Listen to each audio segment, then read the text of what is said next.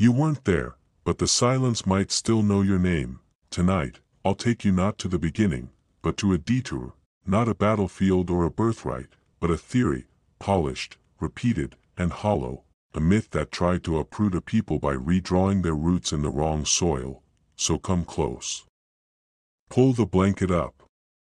Let the shadows settle on the walls. We are about to speak of what never was, and how that, too, shaped us.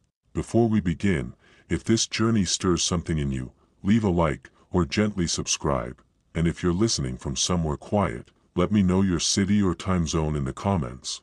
Now lower the lights, turn on a fan if you like the background whoosh, and let the journey begin.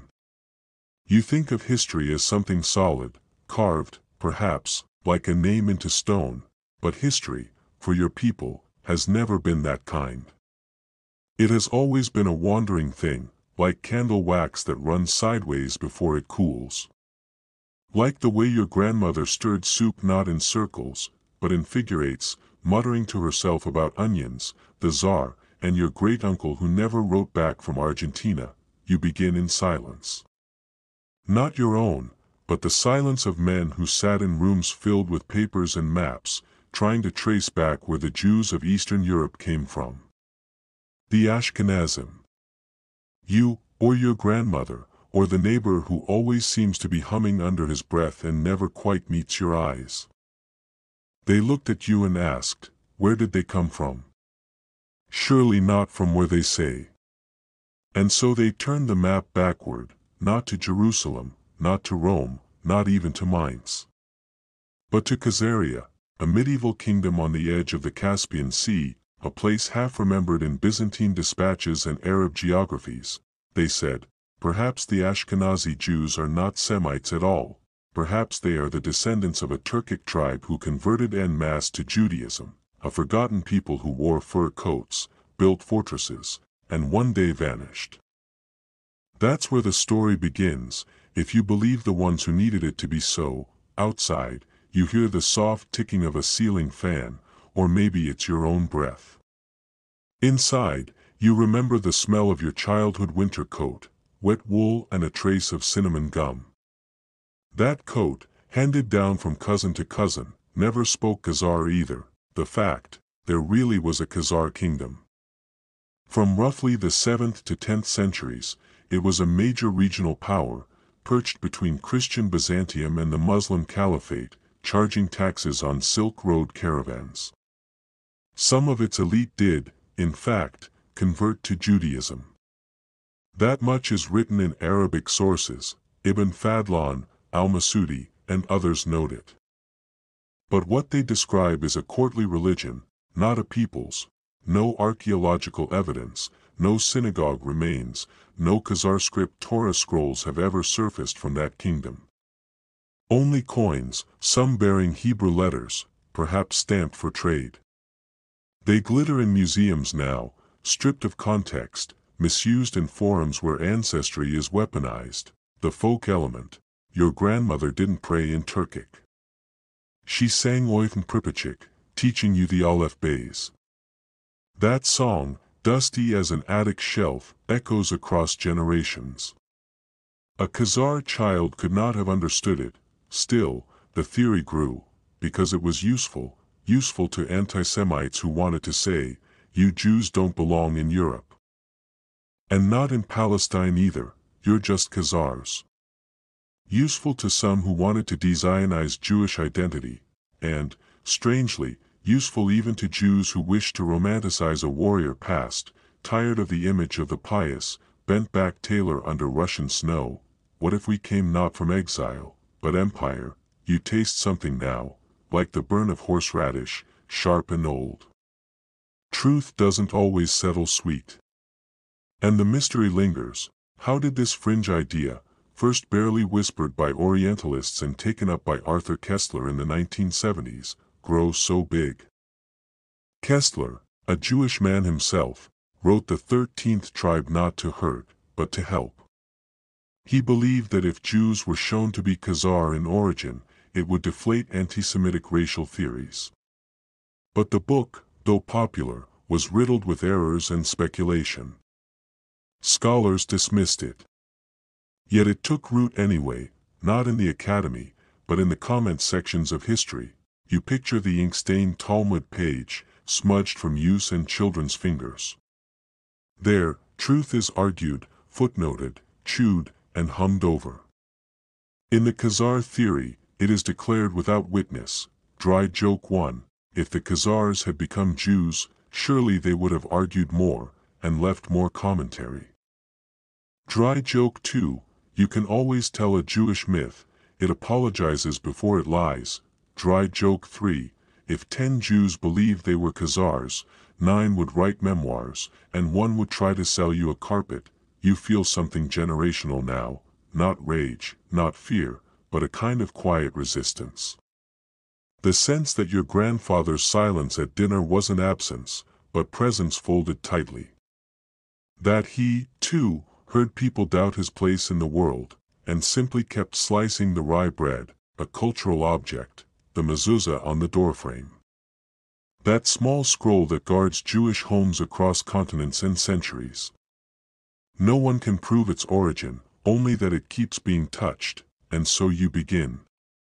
Not with a kingdom lost, but with one imagined. Not to reclaim blood, but to ask who would redraw our maps, and why. Outside, the wind shifts. A cat walks past your window, indifferent and ancient. The Khazars were real, but their story is not yours. You reach for the scroll, and find only a blank.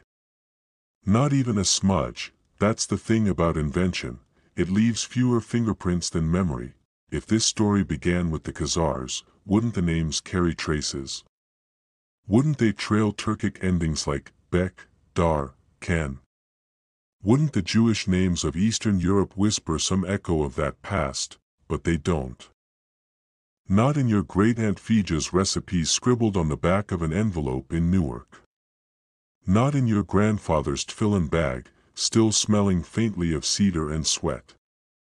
Not in the names of tailors and peddlers and yeshiva boys who filled shtetls from Lithuania to Galicia.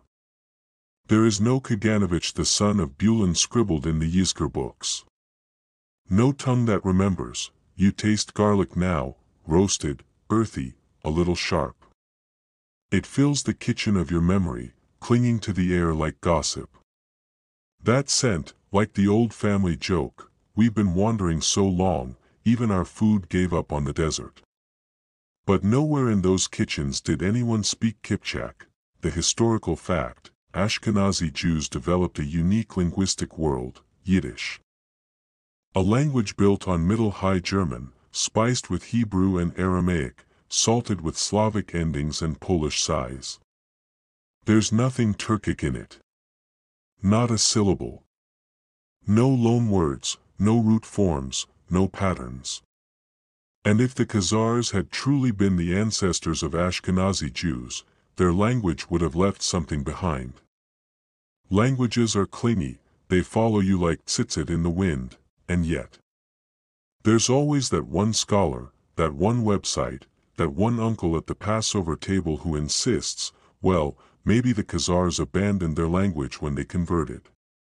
As if language were a coat you could shrug off in spring. The folk element, old Ashkenazi lullabies speak of goats and exile. Of mothers counting stars, of God sleeping in the corner of the room so he won't disturb the baby.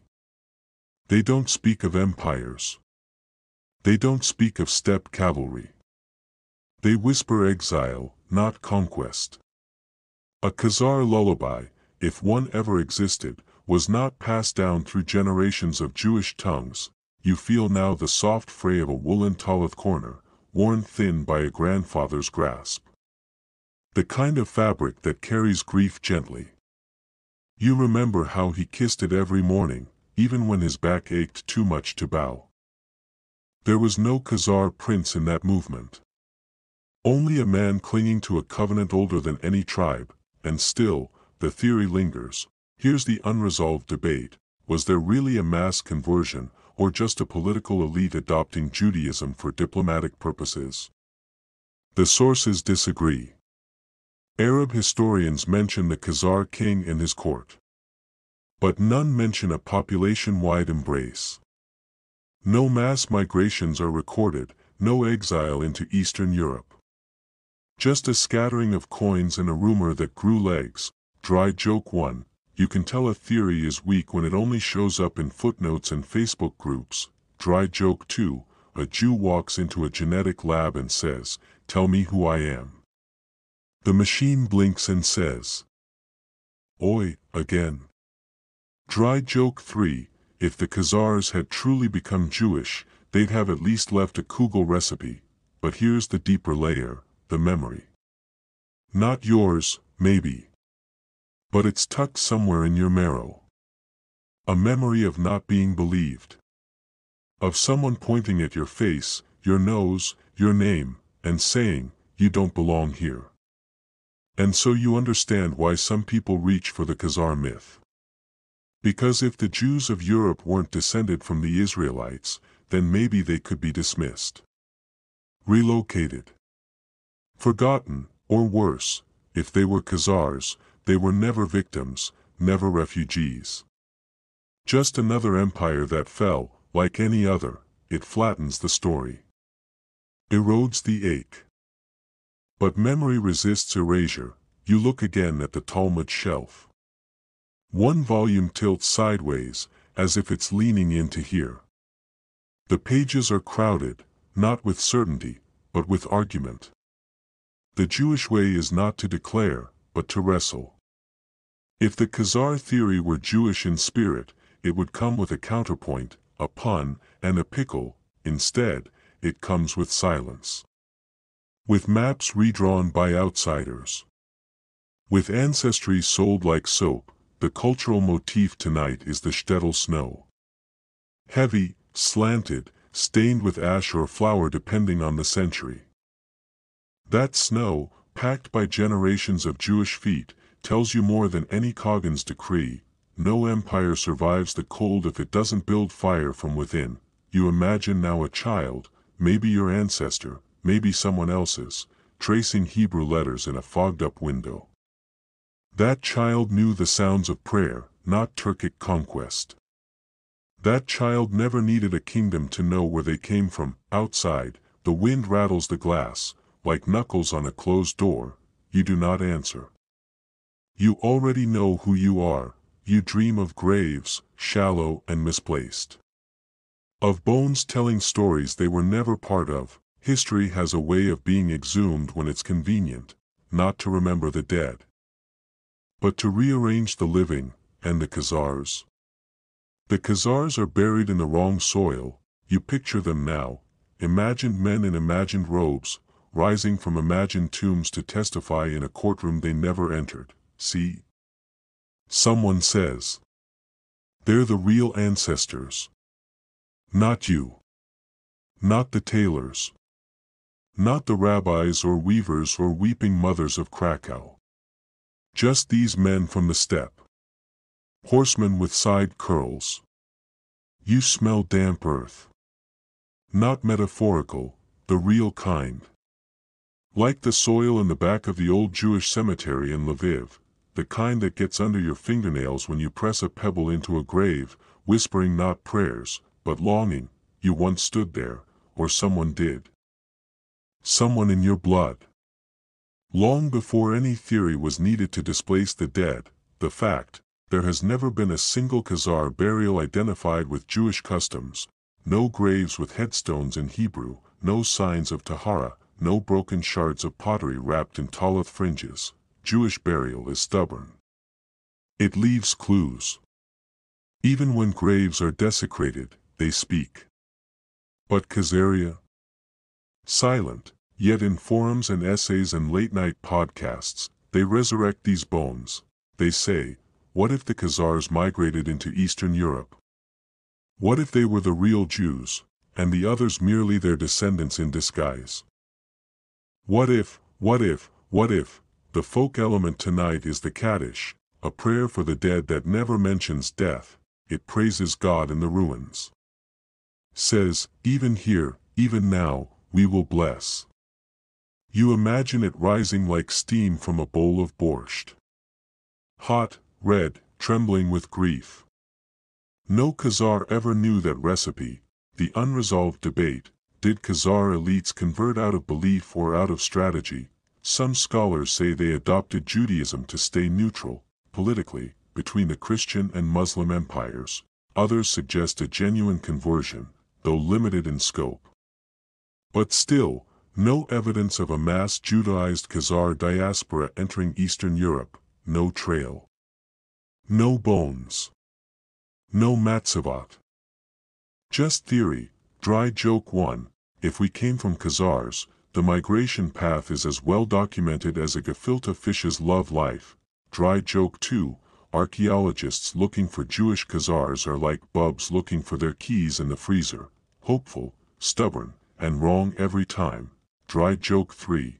You can't dig up truth with a spoon carved from ideology. You feel now the lace of a doily under your fingers, one like your grandmother used, delicately yellowing at the edges. She said it was for nice occasions, and then used it for everything. Like memory. Like pain. Like who you are, and here's the ache, the need to belong, the need to prove you belong. That's what makes the myth so sticky, not just for those who wish to erase Jewish roots, but for those who fear their own might not run deep enough. You whisper to yourself, or maybe to the ghost beside your bed, why do they need us to be someone else so badly? And the ghost replies, softly, with a shrug, because it's easier to question a stranger than a cousin.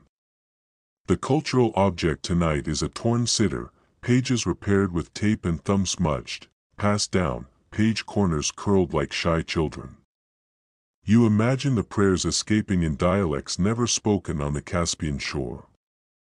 That book, that scent of age and ink, has more claim to your blood than 1,000 khans on horseback. Still, someone will say tomorrow, but what about genetics? What about noses and names and charts? And to them you will smile, gently, with the sadness of someone who knows that identity is not drawn in chromosomes alone. Outside, the moonlight creeps across the rug, brushing against your foot like a memory you didn't know you'd forgotten, and beneath it all, the truth rests, not in Khazar bones, but in your own. You sit by the window and listen for the past, but the silence is thick, not the quiet of reverence, no. This is the hollow quiet of something never lived. If the Khazar kingdom had truly become the cradle of Ashkenazi Jewry, wouldn't it echo somewhere? In songs, in blessings, in bitter jokes told under breath, but it doesn't. It hangs like smoke with no fire, no ash, no warmth. You hear something instead, the creak of a floorboard in a cold shtetl kitchen, the distant clink of a spoon in enamel. That, too, is memory, stubborn and scented with onion oil. The empire of Khazaria left fortresses, yes. But not a single story that your people kept. The historical fact, Khazaria collapsed by the 10th century. Overrun by Rus and steppe nomads, it faded from history like parchment left in rain. Meanwhile, the Jewish communities of Central and Eastern Europe began to flourish, in Mainz, Speyer, Worms. Cities that knew pogroms and psalms in the same breath, no migration records. No massive influx. Just a ghost story that kept being rewritten. The folk custom tonight is slugging kappers, swinging a chicken overhead before Yom Kippur, transferring sins with ancient motion, a ritual strange and earthy and far too Jewish to be born from the sons of Khans. You remember your uncle refusing to do it, calling it superstition, even as he cried during Kol Nidrei. You remember the smell of feathers, the sharp ammonia of a live bird in a crowded courtyard. Nothing about that memory suggests the courtly halls of Khazaria, the unresolved mystery. Why didn't Khazar Judaism survive, if it was once so grand? No diaspora, no liturgy, no yizkor. Just a few letters in Arabic chronicles, the whispers of travelers who wrote what they heard, or what they wished to impress, and yet, the myth persists. Dry joke 1, the Khazar kingdom is the only empire that allegedly vanished and applied for dual citizenship. Dry joke 2, you know it's not Jewish history when there's no argument and no baked goods. Dry joke 3, The only thing Khazars and Jews truly shared was probably indigestion. You feel it now, that diaspora ache. It's not about proving where you're from, it's about knowing that where you ended up came at a cost. The migration from the Rhineland to Poland, to Ukraine, to Belarus, it wasn't imperial. It was desperate. Quiet. Full of teeth clenched behind lullabies. Your ancestors did not ride stallions into Galicia. They arrived with sacks, not sabers. They brought scrolls, not swords. And still, someone will say, but wouldn't it be romantic? Wouldn't it be glorious if we came not from ghettos, but from kingdoms? Isn't it more thrilling to be descended from royalty than rabbis? To which you reply, silently, as you touch the mezuzah at your doorframe, maybe. But we're still here. And that's its own kind of royalty. Tonight's motif returns, the ink-stained Talmud page. You hold it in your mind, in your breath. That ink, faded, thumb-smudged, stubborn, contains more kingdom than any forgotten crown, because in the Talmud, you find debate. And laughter. And laws for how to mourn and how to eat and how to argue about both. You do not find Khazaria. Outside, the wind hums through a crack in the pane, like a forgotten verse. You lean into the quiet and listen. Still nothing. Still no echo, and that, too, is an answer. Now and then, someone lights a match, thinking it will illuminate, but it only casts longer shadows. Arthur Kessler, a Jew with a pen like a scalpel, wanted to do something good. He meant well. He always meant well, but meaning well is not the same as telling the truth. You sit in the quiet warmth of a bedtime corner, but Kessler sits at a typewriter in 1976, hunched and urgent. The world is turning, and he wants to help reshape it. He writes the 13th tribe to say, look, the Jews of Europe aren't Semitic. So anti-Semitism is nonsense. You see, it's just a mix-up in ancestry. And maybe, in that moment, he believed it. You taste something stale and noble, like bread left uncovered on Shabbat. It started soft. It was meant to nourish. But it dried out too quickly, and now it breaks when touched. Kessler's theory wasn't new. It wasn't even particularly sophisticated. But it arrived at the right, or wrong, moment. Israel was at war. Europe was restless with memory. The idea of Jewish identity was under scrutiny from every angle, and he offered a literary grenade disguised as a gift, the historical fact. The 13th tribe became a bestseller. Translated into dozens of languages. Lauded by some, criticized by most scholars. It was riddled with speculation, loose connections, and leaps of logic, but that didn't stop it from being embraced, not by academics, but by those who needed a narrative. You feel, suddenly, the dry rustle of onion-skin paper, the kind used for cheap mass-market books. Your grandfather's bookshelf had a few. He never read them. He said, if it has a thesis on the cover, it doesn't have truth inside. The folk element is that old manhag of turning books upside down if they fall. Never let words rest the wrong way. It's bad luck, or maybe just a way to say, even paper has dignity. You recall a cousin doing it automatically, even with secular books, even with cookbooks. Reflex, like survival. Kessler wrote his book with fire in his gut and fear in his bones. He thought, if I can show the Jews are Khazars, maybe the racists will stop, but they didn't stop.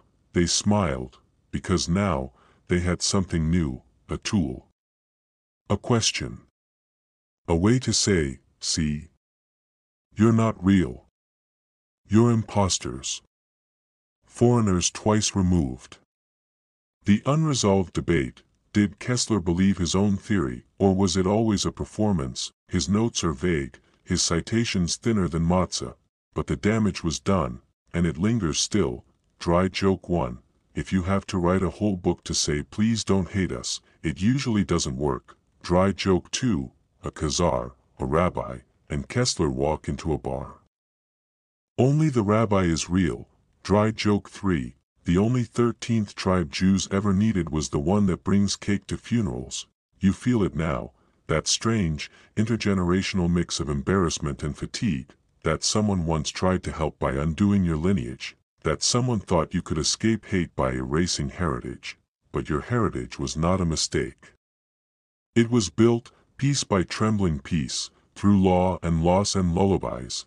You picture now a copper lamp, flickering in a 1930s tenement hallway, the kind your great-grandmother lit before Shabbat. The wick never stayed straight. The oil always leaked a little. But it burned anyway, so did you, and that, perhaps, is what they never understood, that being Jewish is not a matter of proving where you came from, but remembering how you survived. Kessler lit a candle, but the light was crooked, and in the wrong hands, it singed more than it soothed. Outside, the wind has quieted, but inside, something lingers. Not bitterness. Just the sad kind of wisdom that comes when a story turns the wrong way, and you have to keep walking anyway. You bend low over an old book, not a Torah, not a Talmud, but an immigration log. The paper crinkles like dry leaves. The ink has faded to rust, and there, tucked in the margin, is an aleph. Just one. A child's doodle. A clerk's flourish. A ghost. You smell dust and linseed oil, the scent of forgotten preservation. History doesn't live in grand declarations. It lives in smudges, and the aleph, the silent letter, the one that makes no sound but begins the alphabet, it lingers. Here is the fact: Khazar Turkic, a language now extinct, left few traces.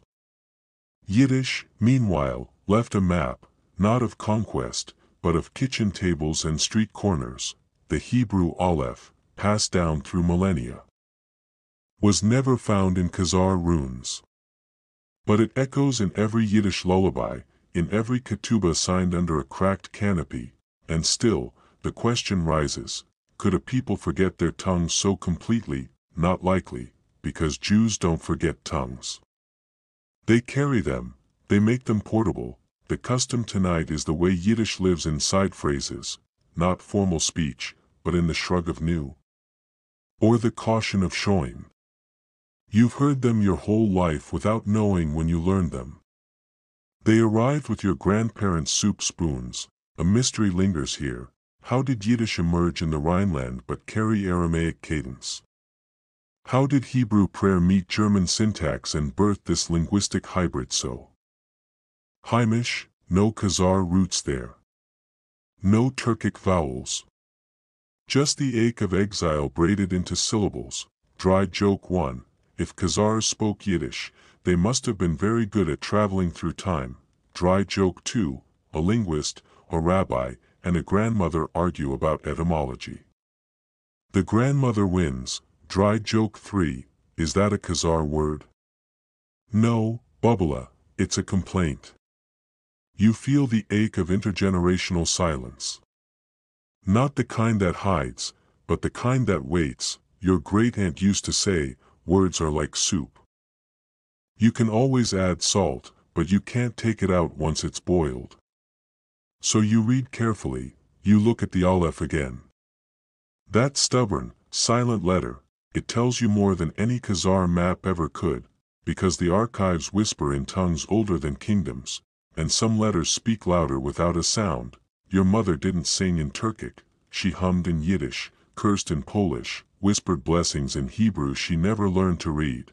When you scraped your knee, she spat on her fingers and rubbed it with ancient saliva, muttering something that might have been Aramaic, or maybe just grief, the sound of. Her kitchen was its own language, the clatter of enamel pots, the hiss of onions in schmaltz, the clink of a chipped tea glass against the stove. That's what you remember, not royal courts. Not empires, only warmth, and warning, the historical fact. There is no historical evidence, not a shard of pottery, not a shred of liturgy, showing that Ashkenazi Jews spoke any Turkic dialect. No lullaby. No gravestone, and if there's one thing Jews carry from place to place, it's lullabies and gravestones, the custom. Kreplach on Erev Yom Kippur, small dumplings filled with meat, wrapped tight like the things we never say. Your grandmother made them by touch, not recipe. 3 corners, like a secret triangle. One for regret, one for hunger, one for hope. She never explained them. She just said, eat. You'll fast soon. There's a theory that the Khazars converted to Judaism, yes, but did your great-grandmother come from a throne room, or from a rented room with 12 cousins and a goat? This is the unresolved debate. Can one mythical conversion erase centuries of exile, of choice, of whispered Shema in the dark? Dry joke 1. If Jews came from Khazars, then why did Khazars never write to say hello? Dry joke 2. You think Jewish mothers let their kids forget their mother tongue? Dry joke 3. Khazars had cavalry. Jewish mothers had guilt. Guess who won? You feel the ancestral ache, not pain, but the weight of having to explain your existence to people who never tasted your soup. Your aunt once said, we didn't choose exile, but we chose what we carried. And what they carried wasn't Turkic. They carried recipes without measurements, names without papers, songs with no known beginning, and the way a mother wipes her hands on her apron before blessing the candles, even when there's no one left to bless but the shadows. The tongue of memory is not written in conquest, it is spoken in kitchens, in cracked Yiddish, in the hush that comes before the Shabbat light. And that tongue has never needed a translator. The first thing you notice is the smell, glue and leather, warm candle wax, and maybe a little dust from the cracked sidewalk. The shoemaker's shop was always like that. Not holy, not grand, but sacred in the way only small, worn places can be. You sit in the corner, watching your grandfather stitch a heel, hands strong with memory. On the wall above him, a torn piece of parchment, not from a Khazar royal edict, no. From a Torah scroll, salvaged and repurposed, not out of blasphemy, but out of reverence. Because nothing holy is ever thrown away. Historical fact, in the shtetls of Eastern Europe, Jewish craftsmen were often both scholars and laborers. A cobbler might study Gemara between sols. A tailor might recite psalms while hemming. The Torah was portable, folded into daily life. Khazars had armies and nobility. But shoemakers had ink-stained fingers and sons named after prophets. Tonight's custom, kissing the Torah when it falls, even if just a slip, even if it lands on your shoe, you pick it up gently, hold it close, kiss where the letters faded, and whisper forgive me. Not for disrespect, but for the burden of being human. Mystery. Why is it always the butter-stained pages of the Talmud that last? Why do they outlive kings and palaces, surviving in fragments, tucked into linings and lockboxes, passed from hand to trembling hand? Perhaps it's because what's used is remembered, and what's remembered does not die. Dry joke 1. The Khazars may have had thrones, but we had chairs with wobbly legs and good arguments. Dry joke 2. Show me a Jewish shoemaker who believes in royal lineage, and I'll show you a customer who wants their boots done faster. Dry joke 3. The only crown in the shtetl was a bagel balanced on a baby's head. Intergenerational emotion. It's the sigh your father made when he lit his pipe after a long day, the same sigh his father made, though he never smoked. It's the way your mother folded laundry while humming Roshink's MIT mandolin. Memory is not history, but it's the thread that sews the past into the lining of the present. You run your finger across the parchment. The ink flakes slightly, but the letters are there, not Khazar runes, not decrees or proclamations, just a blessing, faint, almost invisible, and yet, it holds more truth than 1,000 empires. The shoemaker puts down his awl. He smiles. You can mend anything, he says, except the past. So you carry it instead. You remember the taste before the story, not myth, not legend. Just warm challah, pulled apart with quiet hands, dipped in salt, shared at twilight. The bread remembers. Even when people forget, that's the thing about bloodlines, they speak in metaphors when people want proof, and genetics.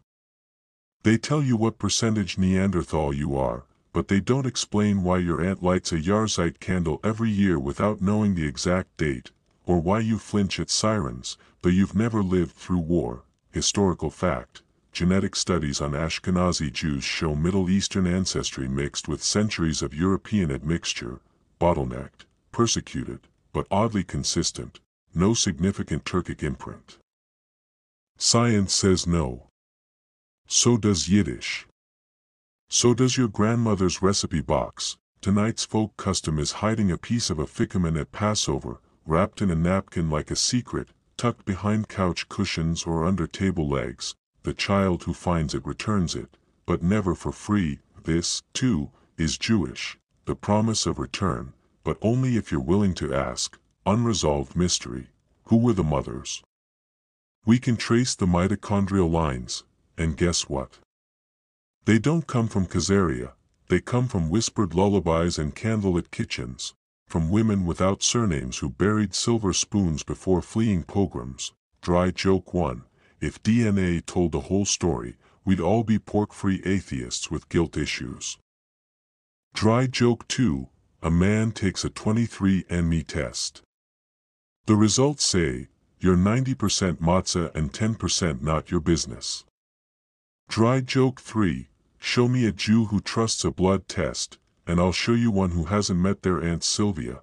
Your memory tonight is breadcrumbed, small clues left behind, the way your father would wipe his hands before saying the blessing, even when they weren't dirty, the time your cousin asked, "Are we really Jewish?" And the room went silent for a whole minute before someone passed the pickles. Khazars may have been kings, but kings leave no yeast behind. Your grandmother's apron had 4 pockets. In one, a matchbox, in another, a key, in the third, folded paper with names in 3 alphabets. And in the last, always, a breadcrumb, just in case. 10 men gather in a cold room with steamed-up windows and folding chairs. Only one of them knows all the prayers by heart, the others. They mumble, fumble, whisper between syllables, but still, it counts. A minion is a minion. Now imagine 10 myths walking into a shtetl. One says, you're not really Jewish. Another says, you were made by empire. The 9th swears by a map drawn centuries too late, but the 10th, he stays quiet. He listens, because even myths get tired eventually. Historical fact, the Khazar conversion, if it happened, left no sustained lineage, no cultural continuity, no echo in the lived world of Ashkenazi Jews. No rabbinic dynasty claims it. No Jewish calendar marks it. It is an origin story with no Yahrzeit candle, tonight's tradition. The Tish, the Hasidic table where stories are shared and songs stretch into the night. At a Tish, truth isn't proved. It's tasted. There are crumbs on the floor and wine on your sleeve and a melody you didn't know you knew. The unresolved debate, why do myths stick better than facts? Because facts require context, and myths come with punchlines, and nothing travels faster than a lie that flatters someone's prejudice. Dry joke 1, the difference between a Khazar theory and a Jewish folktale. One ends with a moral. The other just ends. Dry joke 2, 10 conspiracies walk into a synagogue. The rabbi says, we've already got 10. Go home. Dry joke 3, if we came from Khazars, we'd have better cheekbones. Memory sits beside you like an old uncle who talks with his hands. He remembers the time your great-grandfather paid the butcher with buttons. He remembers a dream someone once had about Jerusalem, and how it smelled like soap and oranges. No king ever led a minion. No Kogan ever wept over a daughter's wedding dress being too short, but your family. They argued over whether it's pronounced natal or natal.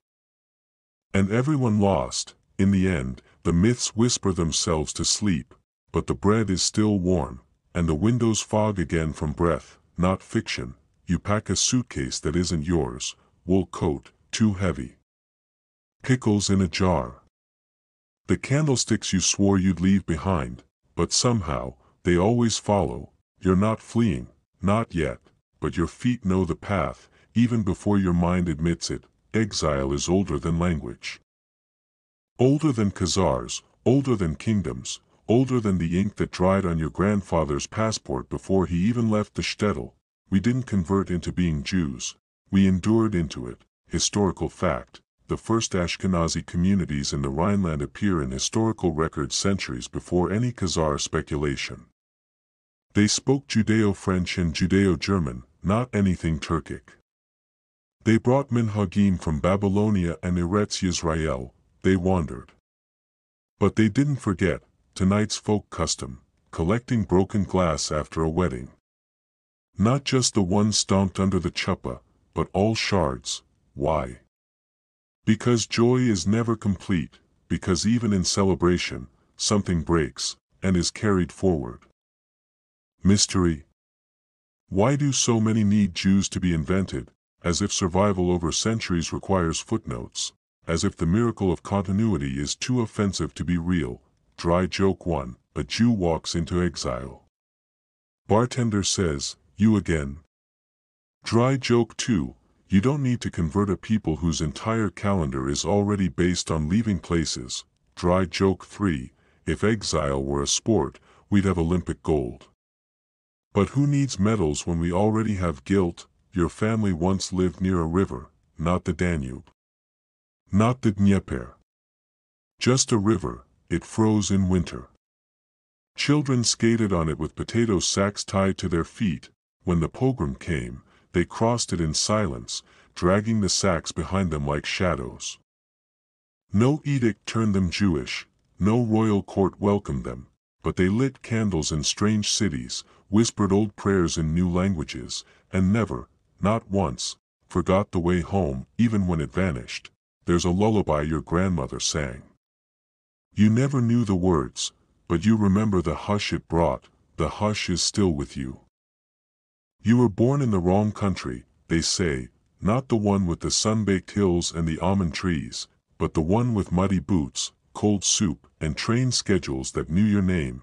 You speak a diaspora dialect. Your memories smell like coal smoke and goose fat. Clearly, you must be suspicious. Historical fact, by the late Middle Ages, Jews had been expelled from nearly every Western European country at least once: England, France, parts of Germany, Spain. Many resettled in Eastern Europe, particularly in Poland and the Pale of Settlement, because that was where they were allowed to live, not where they chose, where they could. Your fingers touch a cracked map, not a political one, but one drawn in pencil on the back of a calendar page, showing the shtetl, the orchard, the mikveh, the house with the blue shutters. None of it's there anymore, but geography never asked your permission. Tonight's folk moment is the bad chan, the wedding jester, who weaves prophecy and mockery in the same breath. He would stand up at the edge of joy and say something outrageous like, Mazel Tov. Your marriage will last until the next pogrom. People would laugh. They had to. Unresolved debate. Can a place reject you and still shape you? Is being from somewhere about the soil or the scars? Dry joke 1, my family's from Poland. They left before Poland knew it was Poland. Dry joke 2, Jews don't have countries, we have coordinates. Dry joke 3, if you ask a Jew where they're from, the answer is, it's complicated. You remember a story told at Shiva, about your great-uncle who hid in a hay cart with a loaf of bread and a stray cat, and how the cat saved him by meowing just loud enough to distract a soldier. No one remembers the name of the town, everyone remembers the cat. There's a reason Jewish memory sticks to absurd details, because the big ones, the massacres, the maps, the movements, are too vast to carry. So we hold on to the way a window creaked, or how the snow turned pink in the morning. Khazaria never had your grandfather's address, but Kremenchuk did. So did Lublin. So did Brooklyn, eventually, and somehow, every time someone tells you you're not really from here, you shrug and say, neither was Abraham. You can forget prayers, you can lose a language, misplace a lullaby, even mispronounce your own name, but you cannot lie to matzah. It cracks the same way every year. Your fingertips run across the surface of a square piece, bubbled, uneven, burnt at the corners. It tastes like every exile and every homecoming you've ever had. Try feeding that to a conspiracy theory. Historical fact: matzah, the unleavened bread of affliction, has been eaten by Jews for over 2 millennia during Pesach, not because it's convenient, but because it isn't. It's memory you can chew, and memory, for Jews, is an obligation, not an ornament. Tonight's folk custom: the hiding of the afikomen. A strange, beautiful contradiction. We break the bread, hide the bigger half, and bribe children to find it, as if to say, yes, something was taken. But it can be found again, with enough questions. With enough joy, unresolved mystery. Why is it always food that remembers what people forget? Because recipes don't lie, they don't need politics, just flour, water, and waiting. Dry joke 1. My grandmother's brisket held more truth than 100 genealogical papers. Dry joke 2. The Khazars may have had warriors, but could they make kugel? Dry joke 3. If you find matzah in July, it's either from last Passover, or you just moved your couch. You sit in a kitchen lit by a single bulb. There's a pot of chicken soup, a cracked mug of tea, and someone humming Dainu under their breath. It would have been enough, but you're still here. Someone once tried to rewrite your origin, said you were a descendant of strangers. But they forgot, strangers don't eat bitter herbs and call it a holiday. Your ancestor crossed borders with nothing but a sack and a frying pan. She sold pickled eggs in a market where no one spoke her language, but she saved one matzah every year, tucked between linens, so it wouldn't break. She didn't know about Khazars, but she knew how to keep a commandment, and the matzah still cracks the same way. There's no gold leaf on your family tree. No regal seals, no velvet-lined archives. No Coggan's blessing pressed into parchment, just ink, faded, smudged, cramped into the margins of a birth registry in some crumbling provincial office. But it's enough. Historical fact: the myth of mass Khazar conversion rests on a thin reed, one passing reference in a 10th century letter. Wrapped in centuries of speculation, but Jewish communities were writing marriage contracts, burying their dead, and studying Torah in the Rhineland and beyond long before that letter was even penned. Real history lives in records, not fantasies. Tonight's cultural object: the kviddel, a folded scrap of paper with prayers scribbled onto it, left in the crevices of sacred places. Your great-grandfather wrote one before he left Minsk, not to ask for wealth, just safety. Just a future, maybe you. Unresolved mystery: why do people need Jewish origins to be anything but Jewish? Is it so hard to believe a people could cling to its story, across millennia, without help from empires? Dry joke 1. We didn't need a Khazar king to convert us. We had Jewish mothers. Dry joke 2.